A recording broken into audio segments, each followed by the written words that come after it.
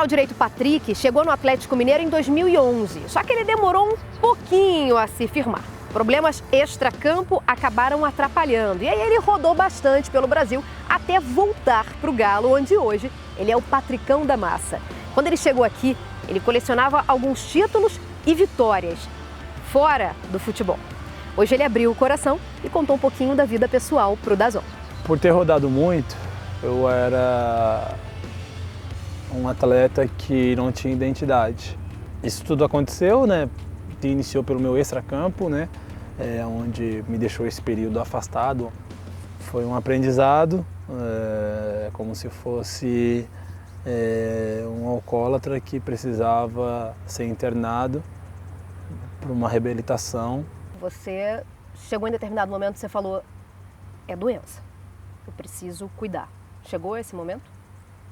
Sim, eu cheguei nesse momento, eu reconheço que eu já tinha, acho que já até passado do limite e paguei esse preço também, né? Paguei esse preço porque quando, né, nós íamos num clube para me ser emprestado, o pessoal me olhava meio desconfiado, né? Até então, quando tive uma oportunidade, né, em 2013, de ir para o Curitiba, onde, né, o presidente mesmo me chama na sala, me abraça e que eu poderia contar com ele para tudo, né, a diretoria toda, a comissão também. Então ali também me senti muito bem, muita vontade. Então foi aonde que também me ajudou. Eu também tive 2012 no Avaí também, onde até minha mãe fez uma promessa para mim. Eu entro no intervalo do jogo e a minha mãe já tinha falado que eu ia fazer o gol da classificação. E acertou? Uhum. E acertou. E aí a gente volta, né, de Chapecó para Florianópolis de ônibus, 10 horas de ônibus, todo mundo comemorando, coitado, acho que tinha umas 300 latinhas de cerveja e eu não bebi uma, mas assim, eu sou muito alegre, né, eu sou muito espontâneo, né, então aí uma pessoa veio e falou, pô, o Patrick tá tomando, daí todos os atletas falaram, não, pô, ele não tá bebendo, ele tem uma promessa, ele tá cumprindo, e eu fui até Florianópolis sem beber. E foi já, assim, ali eu já via assim que eu conseguia já lutar um pouquinho, né, contra, né. Graças a Deus, né, tipo, desde 2013 eu não tenho problema com álcool, né. Então, essas oportunidades também que vieram através da adversidade e da dificuldade, me tornou a ser um ajudador, um auxiliador para aqueles que necessitam, que precisam. Acho que esse é o Patrick que gosta de ajudar o próximo. E hoje você realiza algum trabalho assim, com frequência? Eu tento ajudar as pessoas no dia a dia, né, com o meu testemunho diário, né, então assim, não é que eu saio falando nas ruas, não, é no dia a dia mesmo, né, as pessoas tendem a conversar comigo, falam comigo e eu tento ajudar da melhor maneira possível, não só em falando de álcool, mas eu acho que eu tenho um chamado para casais, né, esposa, marido. Então eu tenho essa facilidade de conversar porque a minha esposa já sofreu muito com essa parte, então eu consigo ajudar muitas pessoas que às vezes estão com um casamento um pouco abalado. Por causa disso? Também por causa disso também, porque a minha esposa viveu e a gente passa nosso testemunho para outras pessoas. Você falou uma coisa, quando você chegava nos clubes as pessoas te olhavam assim, com receio, às vezes... Preconceito, a palavra? Eu acho que mais medo de que qualquer momento poderia vir à tona, né? Talvez aquele monstro que fica por dentro, né? Acho que era mais por isso, não, mas nunca assim, preconceito não, mas sim, talvez com medo de, né? Tipo assim, pô, tá 3 jogos, tá 10 jogos, tá 3 meses bem, será que ele não vai ter aquela recaída? Mais ou menos nesse sentido. Você girou muito, né? Conheceu alguns estados e foi campeão. Sim, em alguns muito. estados, né? Com o Curitiba, inclusive, né? Você foi campeão. Fui campeão 2 vezes pelo Avaí, em Santa Catarina, né? Pelo Catarinense. Eu fui campeão pelo Curitiba. Tive o acesso em 2013 pelo Sport, da Série B para A. Fui campeão Copa do Nordeste e Pernambucano pelo Sport em 2014. Aí eu retorno pro Galo em 2015. E também foi campeão? Sim, também. Também conheceu alguns estados e se sagrou campeão em alguns estados. E você já tinha a experiência da seleção sub-20. Fui campeão sul-americano. Sul-americano também, né? Na Venezuela. Aí é que entraria parte do que demorou a se firmar, já falamos sobre isso. Realidade muito parecida com a do Galo desse ano. O Galo demorou um pouco a engrenar esse ano, não demorou? Nós iniciamos de uma forma desorganizado, onde nos custou caro uma eliminação na Libertadores, onde todo mundo estava muito exposto. E depois teve a mudança, que veio o Rodrigo, e o Rodrigo conseguiu aos poucos ir ajeitando. Até então, né, diversos atletas estavam sendo muito contestados, inclusive eu. E aí o Rodrigo chega, começa a mostrar sua cara, seu trabalho, e todo mundo tem a sua oportunidade, e a gente começa a crescer. Com essa de você ser muito emprestado, você acabou não participando de anos históricos, alguns do clube, né? Como, Sim. por exemplo, a conquista da Libertadores, a Copa do Brasil. Isso te gera alguma frustração?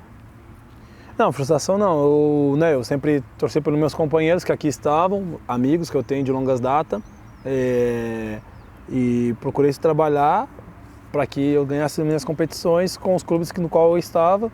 Então, serviu de aprendizado, de lição e de motivação. Quando você voltou para ficar, aí você começou a construir a tua identidade. Aí a torcida começou a ver você como o Patricão da massa, né? Quando isso começou a... Agora ele é nosso, né? Como é que você vê essa relação com a torcida se estreitando? O estreitamento é bom. Quando você consegue passar a mensagem, as pessoas também conseguem abrir um pouco a mente, que foi quando de fato começou mesmo, quando as pessoas, né, começaram a me julgar da mesma maneira que julgo os outros, né? Antigamente perdia, o culpado era o Patrick, né? Então quando as pessoas começaram a falar, opa, peraí, velho, não, mas o cara não tem culpa, né, coitado. Quando ganhava, antigamente, o Patrick parecia que também não estava. Não estava no jogo. Que não estava. Então, assim, acho que a partir desse momento, assim, quando as pessoas começaram a falar, não, pô, vamos olhar de uma maneira plausível, aí eu acho que as pessoas começaram a mudar. Então, assim, hoje o que mais a gente recebe, né, são mensagens de pessoas pedindo desculpa, perdão. E eu falo, velho, isso faz parte, só paga um cafezinho depois aí que tá tudo certo, né? Zerou. Não, mas é gostoso. Eu falo pros torcedores que, né, quando o atleta, tem muitos atletas que são vaiados e eles não conseguem dar a volta por cima, né? E é difícil, não é fácil. Então, assim, eu me preparei muito, né? Porque eu já fui muitas vezes vaiado nos jogos, coisa e tal. Já fui muitas vezes também xingado, humilhado, mas eu sempre me preparei e a volta por cima me projetasse não para ter vaidade, mas sim para ter hombridade. Você acha que essas críticas, elas vinham muito associadas ao teu comportamento lá atrás, de extracampo? Não, um pouco. Alguns erros, né, no jogo a jogo também. E às vezes por não vir um título também, né? Então, aí quando não vem o título, quando vem as eliminações, aí a tendência é de as pessoas julgarem por isso, né? Então hoje nós somos julgados às vezes por não conquistar, né? Às vezes você faz um excelente trabalho no ano, só que acaba que você não conquista o título, né? Então, assim, mesmo quando você conquistar, no outro dia você já vai precisar trabalhar novamente. Nós vencemos, exemplo, no final de semana, chega na quarta e já tem jogo de novo. Então quer dizer que o domingo que você ganhou, já para a quarta já não vale mais. Então, passou. Então, da mesma maneira que quando a gente vence, a gente comemora na noite da partida, vem embora com a família, na terça ou na segunda já tem que virar a página, porque você já tem que focar de novo, trabalhar de novo, para que na quarta você faça o mesmo ou melhor. Os ídolos vão passar por isso, né? Os atletas que estão começando vão passar por isso, e isso que torna o futebol apaixonante. Isso de vira página, passou, vira página, você adquiriu no futebol ou a sua história de vida te ensinou? Eu entendo que a história de vida, ela me ajudou para que tudo que eu vim passando no futebol eu tivesse a resiliência para passar pela tempestade. Você vem de uma família muito simples. Sim, vem. Tem outros caminhos assim mais fáceis, não tem? Sem dúvida, sem dúvida. Que são mais oferecidos. Eu tive a oportunidade de tanto olhar para o caminho curto, mas também visualizar o caminho longo, a estrada longa. E sempre me projetaram para mim pegar a segunda estrada, que era a estrada da longevidade. Então, desde pequeno, não tinha essas palavras bonitas como tenho hoje, eram palavras mais simples, mas a mensagem? A mensagem era bem direta. Exemplo, eu tenho um filho, né? Meu filho ele é especial. eu não trato ele como coitadinho, eu trato ele como um vencedor e um guerreiro que ele tem que ser. Os meninos aqui brincam tudo, que quando ele chega aqui, quando ele vem na cadeira de roda ou quando ele vem no andador, que é o que estimula ele para dar uns passos, que ele está dando uns passinhos com a ajuda do andador, que é o auxiliador dele, eu falo, bora, vamos, isso, aquilo, às vezes ele cai, papai, caí, não sei o quê, e eu falo, bora, vamos de novo, papai ajuda a te levantar aqui, coitado. Às vezes quem olha fala assim, pô, papai que é meio doidão assim, coitado, não, porque ninguém vai dar nada de mão beijada para ele, ele estuda num colégio que é normal, não botei ele num colégio de especiais, não, as pessoas têm que entender que ele é normal igual todo mundo, ele tem suas limitações? Tem, mas se ele alcançar as vitórias deles, vai suar 3 vezes maior. Então, assim, essas virtudes, essas qualidades, esses ensinamentos que a vida tem nos dado, a gente procura pegar, passar para o próximo, porque todo mundo tem dificuldade. E é muito impressionante, assim, a força que você demonstra tendo passado por tudo que você passou. Você chegou a perder um primo. Não, 5. Esse um primo que as pessoas falam foi no dia que o meu Dominique nasceu. Dominique nasce 7 da manhã e meu primo é assassinado às 7 da noite. Mas antes disso eu já tinha perdido 4. Do mesmo jeito? Do mesmo jeito, maneiras diferentes, mas tudo a mesma finalidade. Quem foi que te orientou que o teu final foi tão diferente, assim, de pessoas tão próximas? Então, desde quando eu jogava já no campinho de terra, meus primos e os meus amigos, ou que eram amigos do meu pai, eles sempre já me estimulavam, né, para mim apostar no futebol, né? Então, tipo assim, eu tô falando de pessoas que andavam armadas. Então, eles sempre, até então que quando eu ia jogar com os mais velhos, acontecia às vezes uma briga, alguém dá uma chegada maior em mim, e aí aquela confusão, coisa e tal. Então, assim, só que todo mundo sempre me estimulou para mim ir. Um ou outro pagava a bolsa da escolinha. A primeira identidade que eu tive foi um treinador que pagou para justamente eu já não estar na rua, assim. Então eu sempre tive os estímulos, apesar de eu ver, né, as drogas, os revólveres, mas eu sempre tive o estímulo de olhar, mas não cobiçar, mas sim ver aquela bola rolar e correr atrás dela e deixar todas essas coisas ali. Só que eu fico triste, né? Eu fico triste por ter perdido, por alguns atletas como eu, na época que eram muito mais qualidade, ter ido para esse caminho também. Na minha cidade eu tenho muitos amigos que jogaram comigo, que tinham um contrato profissional como eu tinha também e que, né, hoje usa droga, coisa e tal, e quando eu chego lá eu vejo, né, inclusive, pô, eu vou hoje lá, geralmente eu chego lá no meu bairro, sou parado pela polícia, né? Sou parado, coisa e tal, né? Às vezes não conhece, coisa e tal, né? Mas eu não deixo de ir, eu gosto de mostrar para o meu filho onde eu fui criado. Eu mesmo comprei a casa da minha mãe, hoje o terreno lá é um terreno fechado, que um dia eu vou criar alguma coisa ali, porque é uma memória, né? Foi a primeira casa dos meus pais. Essa não é a casa que foi assaltada? Foi, 7 vezes. 7 vezes? 7 vezes. Você morava lá ainda? Todas as 7 eu morava lá ainda. Eu saí de casa, que eu fui jogar no Grêmio, foi em 2004. Eu fui pro Grêmio, foi a primeira vez que eu saí de casa para jogar futebol. Então Sim. Até 2004 eu morei lá nessa casa. Essa casa era em uma comunidade? Comunidade. E foi assaltado na comunidade? Na comunidade, Cidade Mineira Velha. Mas ninguém nunca soube? Sim, sei. Inclusive, o último cara que assaltou lá, ele foi morto no presídio. Você via muita gente armada ao seu redor? Ah, sim, aquelas pessoas que, né, falando no mundo ali, né, no mundo do tráfico, que tinham uma condição um pouco melhor, eles tinham a arma, né, na teoria para se defender, coisa e tal. E eu vi uma entrevista sua ainda, você é de Criciúma? Eu sou de Criciúma. É de Criciúma. Disse que quando jovem ainda em Criciúma, você foi vítima de racismo. 7 anos. Criança, Aos né? 7 anos? 7 anos. O que você sentiu? O que aconteceu?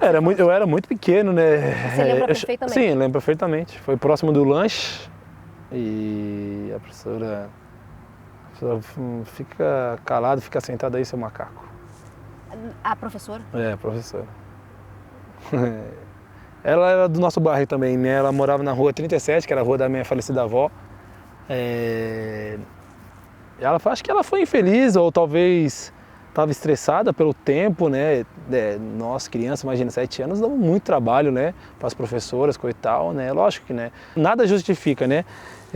Mas, né, foi bem difícil naquele momento ali, né, tipo assim, né, a gente ser chamado daquilo ali, tão pequeno, né, mas eu só lembro de pegar minhas coisas, sair correndo e contar pra minha mãe, né. E a minha mãe e as suas tias tentou agredir ela, coitada, mas tem polícia, etc, uma confusão toda. Mas a gente não levou pra frente, não registrou BO não, coisa e tal, ela pediu desculpa, minha mãe também perdoou. Mas faz anos que eu não vejo ela, mas, né, depois eu tive a oportunidade de ver ela, assim, depois de alguns anos, assim. Mas faz muitos anos que eu não vejo ela, nem o filho dela também. Em português, assim, é muita porrada, né? Sim, sim. É muito, é muito. Da onde vem tanta força? Desde sempre. Entendeu? 7 anos de idade você foi vítima de racismo, depois a sua casa foi atacada, você conseguiu comprar, perdeu o primo e... Às 9 eu livrei minhas 2 irmãs do estupro, né? Na vinda do colégio, eu gostava de cortar o atalho, vim pelo campo, que era mais perto do que passar pela estrada, que era, tinha que dar talvez vamos botar uns 3 km a mais hoje. Aí eu corto esse caminho, quando eu vou cortar esse caminho, esse cara com uma bicicleta vermelha com um facão enferrujado na garupa. E você tinha quantos anos? Tinha 9 anos. E como é que você defendeu? Amor, coragem, não sei, acho que Deus colocou um leão atrás de mim, para que me desse força. Eu só tirei elas da cacunda, eu botava uma na cacunda e uma no colo, né? Com 9 anos você levava uma nas costas do colo? Sim. E aí eu só tiro elas e falo assim, corre pra tia Mara, que é a minha tia minha que morava atrás do campo assim, na estrada. Falei, corre pra tia Mara que o pai, é que eu também, nem que sou pai delas também, eu sempre cuidei delas. Cuida que o Kika vai, meu apelido é Kika. Cuida que o Kika vai conversar com o tio aqui. Mas corre, não olha pra trás. Aí quando eu vi que elas ganharam uns 6, 7 passos, aí eu falei pra ele, pode vir. Tu vai ter que me matar. Aí acho que ele, não sei, assim, eu creio muito que tinha um anjo, um leão de Deus, naquele momento assim. Quando ele tenta dar o primeiro passo, não sei, eu grito, eu faço uma força que até hoje eu não consigo, acho que até hoje eu nunca tive essa força aí. É inexplicável, não tem como explicar o inexplicável. Você não é o Patricão da massa, você tem a massa em você. Você é um vencedor. Sou muito leal às pessoas. Eu gosto de ser um bom esposo, gosto de ser um bom pai, um bom irmão. E isso não são vitórias também? Com certeza, nossa. Parabéns.